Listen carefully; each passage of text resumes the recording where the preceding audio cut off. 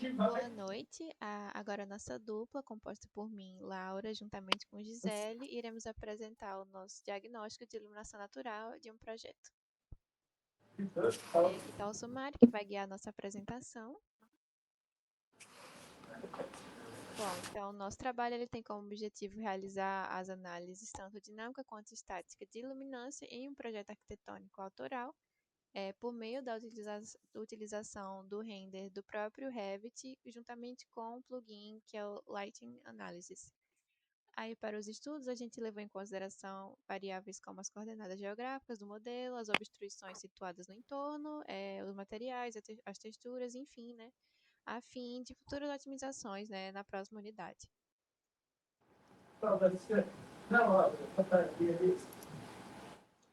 É, Quanto ao contexto do projeto, ele consiste numa residência unifamiliar de 2 pavimentos que foi desenvolvida numa disciplina anterior a essa, projeto de edificações 2.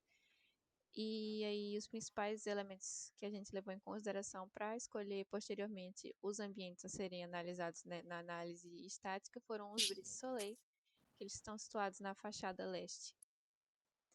E a gente também a gente tem essas duas árvores localizadas. Pode passar. Que a gente teve que ocultar durante a análise para que não houvesse interferência. Quanto à localização do terreno, ele se encontra na Rua Francisco Lopes Filho, no bairro Pedro Gondim, em João Pessoa, Paraíba, e o seu entorno é composto por instituições educacionais e também lotes residenciais, tanto unifamiliares quanto multifamiliares, incluindo duas edificações com altura mais elevada que influenciam na radiação direta no terreno. Então, aqui é uma comparação com o norte verdadeiro e o norte do projeto que utilizamos no programa Revit. E a gente trouxe também a geometria solar em 3 períodos de ano diferentes, também em 3 horários. Então, o primeiro foi no solstício de verão, que é o momento de maior pico solar. O solstício de inverno, onde o sol fica mais baixo e a influência é menor na radiação direta e nas aberturas da edificação.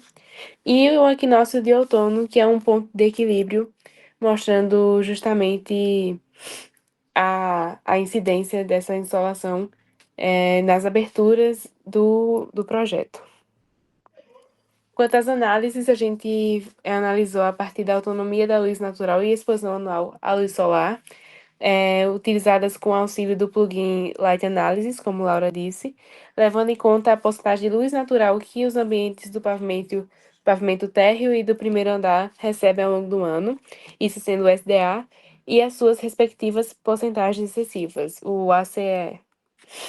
Então, quanto ao SDA no pavimento térreo, a gente observou que as áreas de convivência, que são a sala de estar, a sala de jantar e também a cozinha, são as que levam maior luz natural, recebem maior iluminação natural, enquanto as áreas íntimas, sendo o quarto e o banheiro, não recebem, a não ser o quarto por um ponto específico da abertura. E no primeiro andar, esse padrão se repete, então a área de circulação e de convivência é a que recebe maior iluminação natural, e os quartos e o banheiro pelas aberturas. E quanto ao SE, a gente analisou que a exposição ela se dá majoritariamente na área externa, chegando a 20%, que é o pico da escala, enquanto as áreas internas estão bem protegidas e recebem apenas um pouco dessa exposição em pontos mais próximos a aberturas também. E isso também se repete no primeiro andar, então a área externa é a que recebe maior exposição e a área interna está melhor protegida. Aí, quanto às análises estáticas, né, a gente fez através do próprio render do Revit e a gente observou ali durante o solstício de inverno, o solstício de verão, além dos equinócios, em 3 horários diferentes.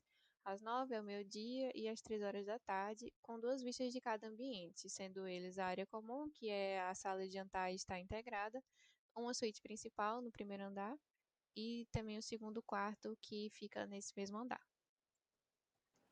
O principal problema que a gente encontrou, assim, de modo geral, né, foi uma concentração mais exacerbada da iluminância vinda nas proximidades das aberturas, né, principalmente dos brises, que eles estão ali tanto na área comum quanto no segundo quarto, como a gente vai ver posteriormente. Então, né, essa é a maior característica que foi observada, esse contraste muito grande, né, que a gente consegue ver, inclusive através, né, da diferença das cores.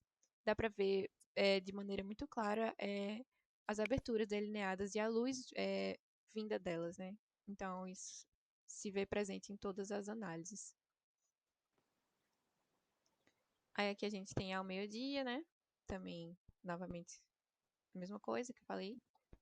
E às 3 horas.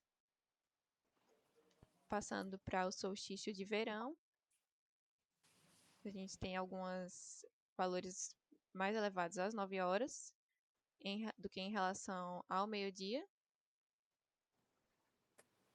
já que a iluminação ela tá ali mais zenital, né? Ela tá mais perpendicular ao solo, então é protegida pela coberta, então não há uma incidência um pouco menor de iluminância. E às 3 horas. Aí no equinócio, às 9 horas, meio-dia, 3 horas.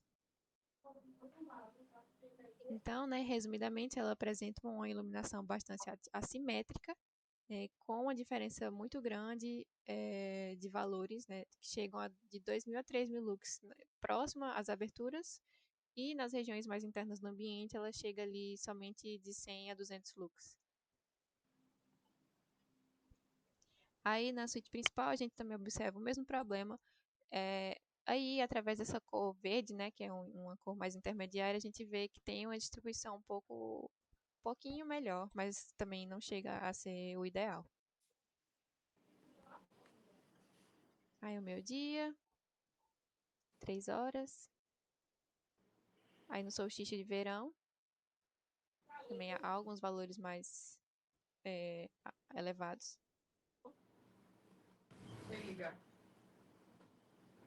E no equinócio há um equilíbrio um pouco maior. E também um alcance maior no ambiente.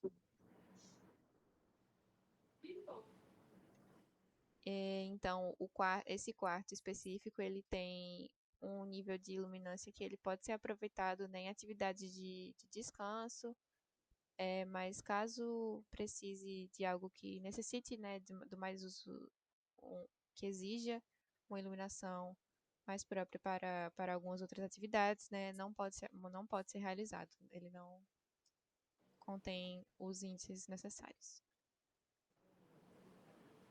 E aí é no segundo quarto também, com esse contraste muito grande por causa dos brises, principalmente às 9 e às 15, né?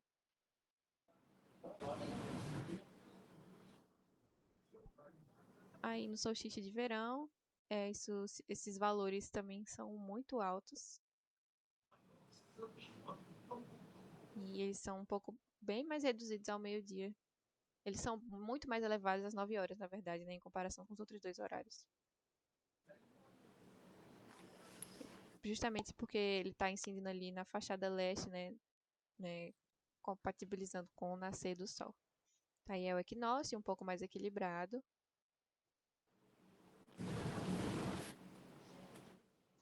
E então, resumidamente, né, a gente tem esse problema de distribuição de iluminação. Então, em suma, as análises elas demonstraram que a edificação, no geral, ela tem uma boa disponibilidade de luz nas áreas de convivência, porém com uma distribuição muito pouco uniforme entre os ambientes. E os principais problemas que a gente identificou são realmente a concentração de luminância elevada próximo às aberturas, com potencial para ofuscamento, né, causando ali um desconforto visual, e a insuficiência de luz nas regiões mais profundas, evidenciando ali futuras necessidades de aplicação de estratégia que promovam a iluminação natural mais equilibrada e confortável. Obrigada.